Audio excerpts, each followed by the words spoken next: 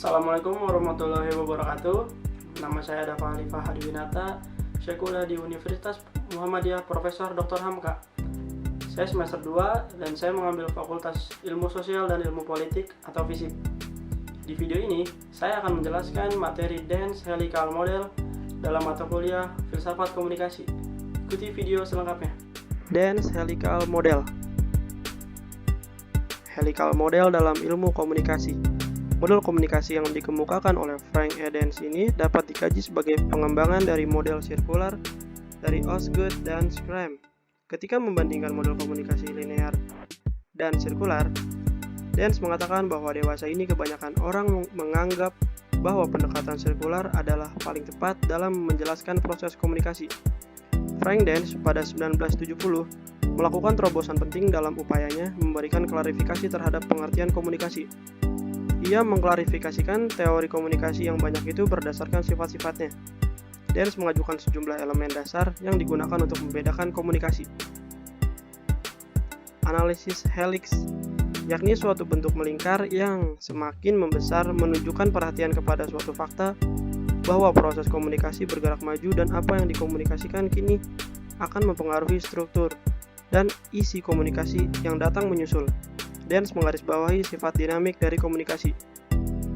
Kemudian, ia menemukan 3 hal yang disebutnya dengan diferensiasi konseptual kritis atau critical conceptual differentiation yang membentuk dimensi dasar teori komunikasi yang terdiri yaitu dimensi level observasi, dimensi kesengajaan, dan dimensi penilaian normatif. Dimensi level observasi. Dimensi ini menurutnya beberapa definisi mengenai komunikasi bersifat sangat luas atau inklusif, sementara definisi lainnya bersifat terbatas. Dimensi level observasis adalah proses yang menghubungkan satu aspek kehidupan dengan aspek lainnya. Kelebihan dimensi ini adalah menilai keefektifan komunikasi yang sangat luas atau berhasilnya pertukaran ide.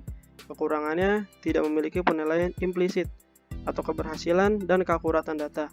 Contohnya yaitu mengirim pesan militer melalui telepon atau kurir. Yang kedua, dimensi kesengajaan.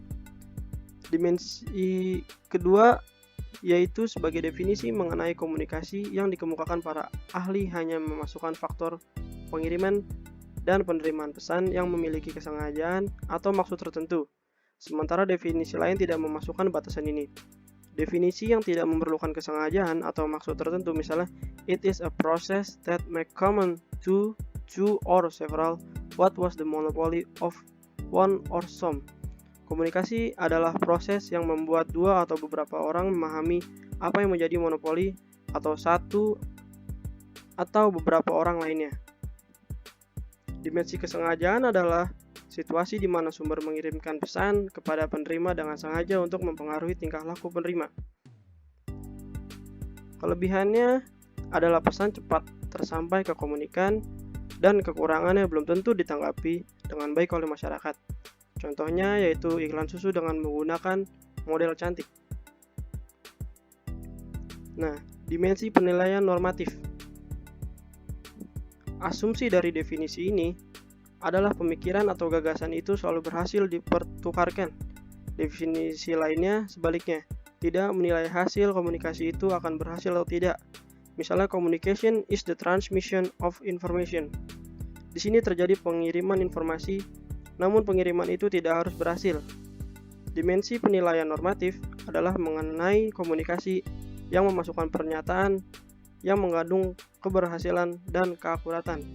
Kelebihannya yaitu memasukkan pernyataan keberhasilan dan keakuratan sehingga bisa dipercaya. Kekurangannya tidak memperdulikan keefektifan komunikasi. Contohnya yaitu dosen mengajar di kelas. Nah, jadi seperti itu yang bisa saya sampaikan terkait materi Dance Helical Model dalam mata kuliah Filsafat Komunikasi. Sekian dari saya, kurang lebihnya mohon maaf apabila ada salah kata. Wassalamualaikum warahmatullahi wabarakatuh.